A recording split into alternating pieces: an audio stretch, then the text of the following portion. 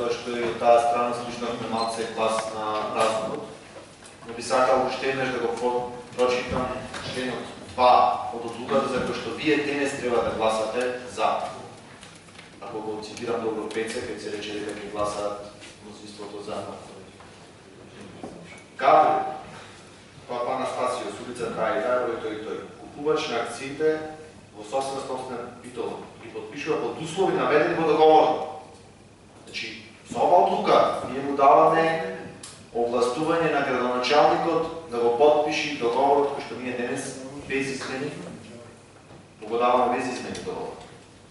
Став 2 на член 2.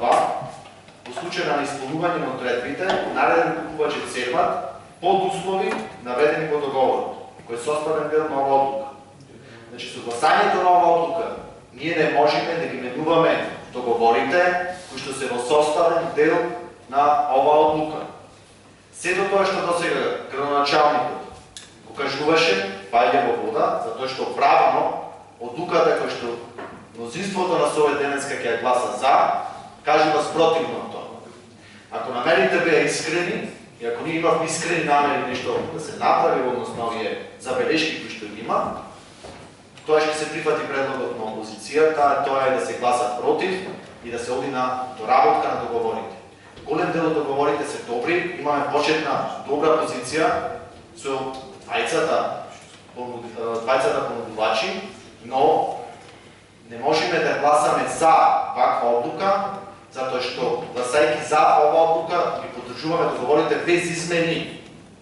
Тоа е правно. Консултирајте правната служба, ние не можеме вака поставено да правиме измени во договорите.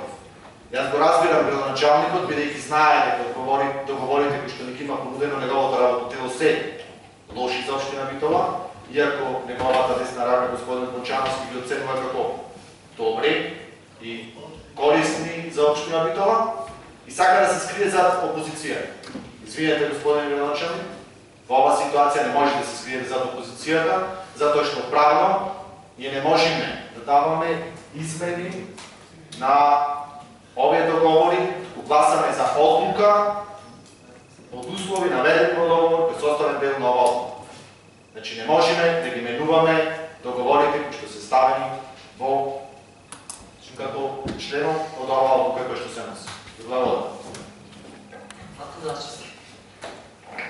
Јас имав конкретен предлог и барам да гласате по предлогот мој.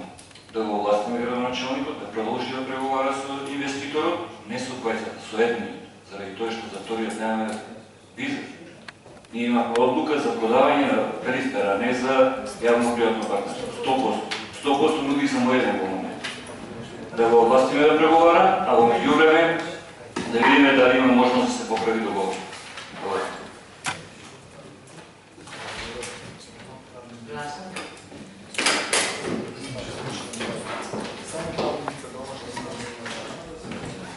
Гледайте, ако нема овластување, нема преговарање. Така е. Значи, што ќе преговараме ние, значи, што да прави? Јас сам и не преговарам, јас разговарам за тематика.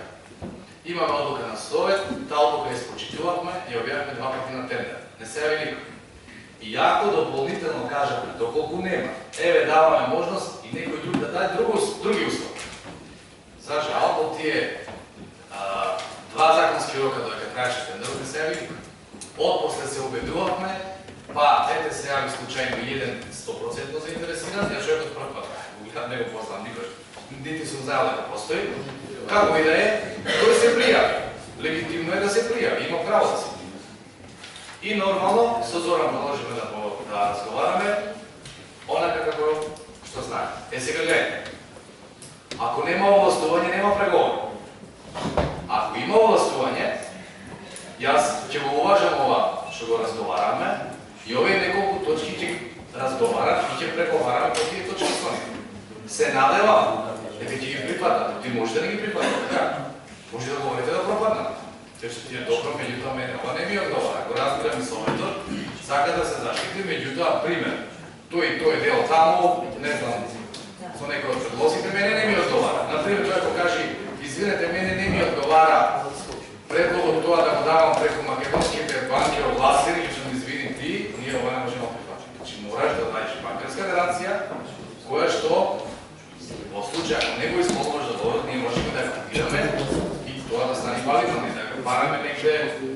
е познато за сите нас. Значи, овие работи кои што се добри, јас ќе ги имам предвид и гледам дека се добри и се објективни и би ги имал предвид при преговарање. Ќе им ги укажам, ќе разговараме, ќе направиме ако треба и проширена екипа, дека си дојдат и тие со своји адвокати, нема проблем, ако преговараме веќе, тоа е веќе друга работа. Но, да имаме предвид за моментот во кој што сега сме сите заедно. Значи, тоа да кажам предвид. Секој одлагање, не сум убеден дека ќе ни донесе подобро решение. Може да ни донесе. Не сум убеден.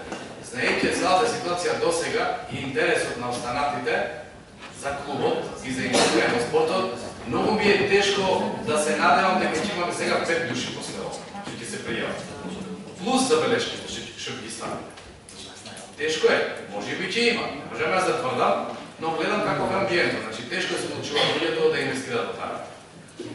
Е сега, ако се одлучиме со давање на ингеренциите, тогаш ние ќе ги совериме правниците, ќе видиме каде, како и на кој начин ова денеска што се разговараше, ќе го сублимираме, ќе го ставиме на хартија, ќе видиме кои се тие вистински точки што даваат максимална заштита и подобри услови за фудбалскиот, а заштита на општината, тоа ќе го преговараме со луѓето. Односно, како што кажа Златко, со првиот, кој што е заинтересиран за 100%. Таква е одлуката.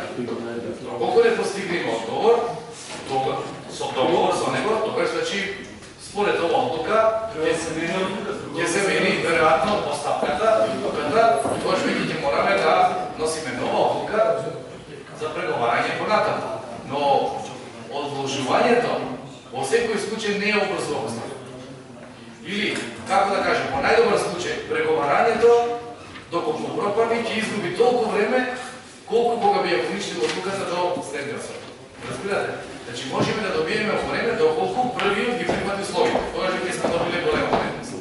Но доколку не ги прифати, тоа ще враќаме на вашиот предлог во исти временски рок, но не сега, туку во следниот рок.